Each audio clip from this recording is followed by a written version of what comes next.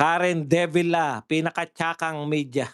Hindi naman maganda in fairness po maganda po si ano, si Karen Davila. Ang ganda kaya nun, karas ko yun, eh. Iyan. Kabadong, Saldico. Nung original naroon, eh, pero ngayon wala, eh, wala dun sa bagong, ano, baka mahirapan silang, imbitahin. Ayusin pa siguro nila, eh, ayaw ngang magsipayag sa teleconferencing, eh.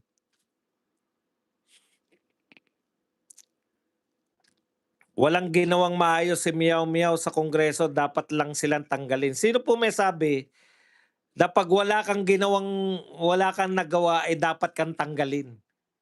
Binoto po 'yan, ang magtatanggal lang po niyan mamamayan ng Cavite. Si Baby M eh, yung wala ngang ginagawa ngayon yung gobyerno, eh. Kabado na. Si Sara ba kasama sa imbitahan yung kontraktor na babae? Wala po akong nakitang Sara dun. Ibig sabihin totoo. Kahit isang araw lang tapos na 'yan. Tatay Badong, kasi 'pag hindi po dumalo si Martin, puwede po nilang, show cause order. Tapos puwede na po nilang, anong tawag dun? Puwede na po nilang padala ng sabina. Alam niyo kung bakit? Puta wala ng galangan ngayon, eh. Mga senador hinuhuli habang nasa loob ng Senado. Bakit pa galang-galang na 'yan? "Kuya, puwede ba sa ibang lugar mag-hearing baka magulo?" Hindi po, sa Senado lang po 'yan. Hayaan niyo silang manggulo. Meron naman sergeant at arms, eh. Matapang po 'yun. Kamag-anak yata 'yan ni ano, eh, sino 'yun, si Parlade. Today, ano kaya thank you very much Regine, sa 10 Hong Kong dollars. Today, ano kaya mangyari sa Senado? All out kasi ang minority sa pagpigil nila sa majority. Tsaka si De Villa, Sir Bads, tsaka ng ugali, ayun. Tatay Badong, ipapaalala ko lang kay Karen, parking girl, na sabi may isang reporter na nagsabi na kapag binayaran ka bilang journalist, hindi mo sasabihin, pero mahalata ng mga tao. Halata na ba? Abikin, thank you very much sa $5 na pangkape. Yan, maraming salamat sa iyo. Abikin, Queen, Abi Queen.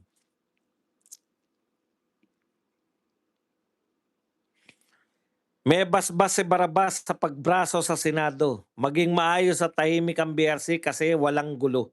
Bukas, walang gulo. Yan po ay panalangin natin. Huwag magkagulo bukas. Diyan po sa Blue Ribbon.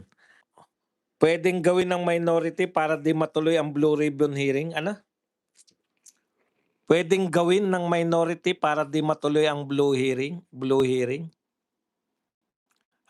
Ribbon hearing. Kinakailangan nila makakuha ng 13 para magpalit sila ng, Senate presidency. Romero Peke ang babaerong tulponks. Crazy. Kahit naman ikulong o makulong mga senator, di naman yan matik na maalis sila unless na ma-expel. Kung sakali man kailangan pa rin ng 16 votes to expel, di ba Boss Bads? Correct. Para po silang nagpa-impeach ng, Vice President nun. Mahirap pong gawin. Basta kami excited bukas kahit abutin ng madaling araw. Tatay Badong, pwede na bang tumakbong senador si Kiko sa 2028? Kiko Barsaga ba? Hindi pa po, bata pa po si Kiko Barsaga, eh.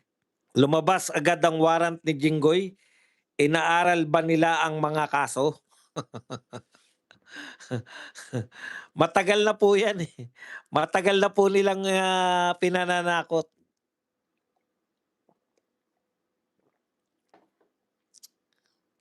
Si Bongbong Marcos at Martin Romualdez at mga alipores ni Bongbong ang mga magnanakaw pati pamilya, mga magnanakaw talaga yan, sabi ni Elizabeth Tanawan. Boss, sa panawagan ng minority kahapon na Cayetano resign, na doon mismo sa plenary ay napansin mo ba yung pusa sa gilid, boss? Yung salin pusa, himala, 'di pa umuwi. Naroon ba si Lito Lapid? Kapit Brave 13, only 18 po. Ay 13 na yung Senate, 'yan. Ang Supremo thinks, sino kaya mauna sa NAIA bukas? Wala namang yagbol sa mga tulpo, puro ethics. Sana ikulong ang Group BBM, nakaw ang pera ng bayan. Huwag kampihan ng trilyon, bilyon flood control. Ikulong sila na puro lang sila panira ni Inday Sara. Aksyonan nyo mga 13 senators, gamitin ang tapang. Yan. Huwag kayong magpatakot mga majority. Si Balimbing San Fernando din, bumabawi sa pag-yes niya sa impeachment ni BP. Pinagtanggan niya si kung utot mo, tanggol-tanggol ka. Kung kinakailangan yung boto mo. Bumoto ka sa kabila tapos ngayon ipagtatanggol mo kunwari, utot mo.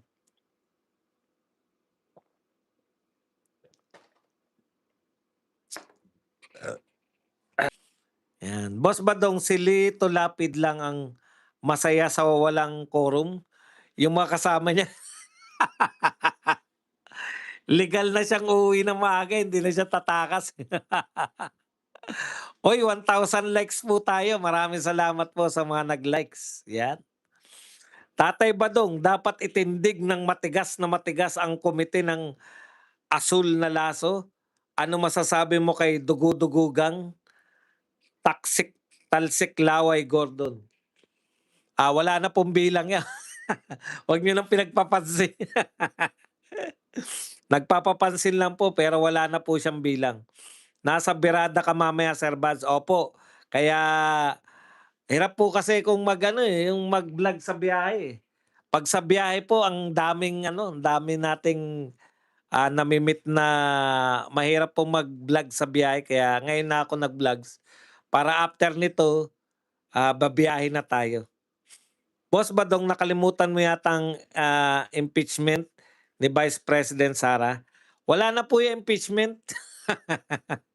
Hindi na po natin pinapatuloy yan dahil ang impeachment po ay ano lang po yan. Ginawa po nilang palabas yan para hindi na po tayo makalimutan na natin yung etong mga lintik na flood control na to. Tanong po, Boss Baz, paano din po kung ang minority naman ang ayaw din mag-attend bukas sila sa BRC? Hindi po sila member. Iba po yung committee hearing. Ganito po, no?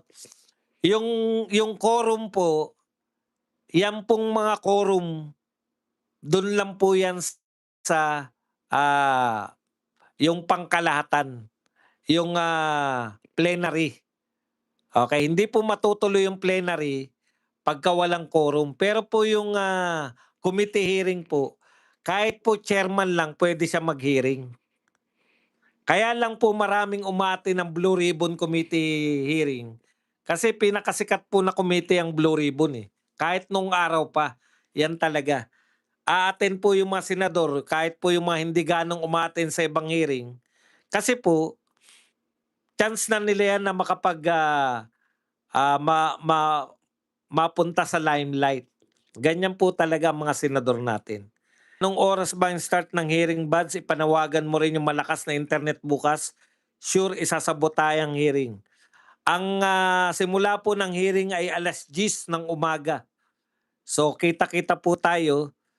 Mas maganda po dito manood kasi pwede po kayo mag-comment. Alam ko sa Senado walang comment eh. Kaya dito po kayo manood. Sa iba po, yung mga takot na media, ayaw nila ng comment. Dito po, pasok kayo sa banga.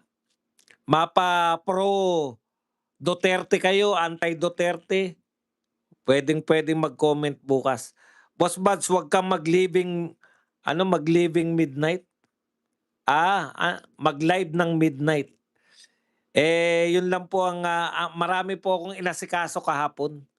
Kaya po hindi po ako yun lang po yung chance ko makapag-live.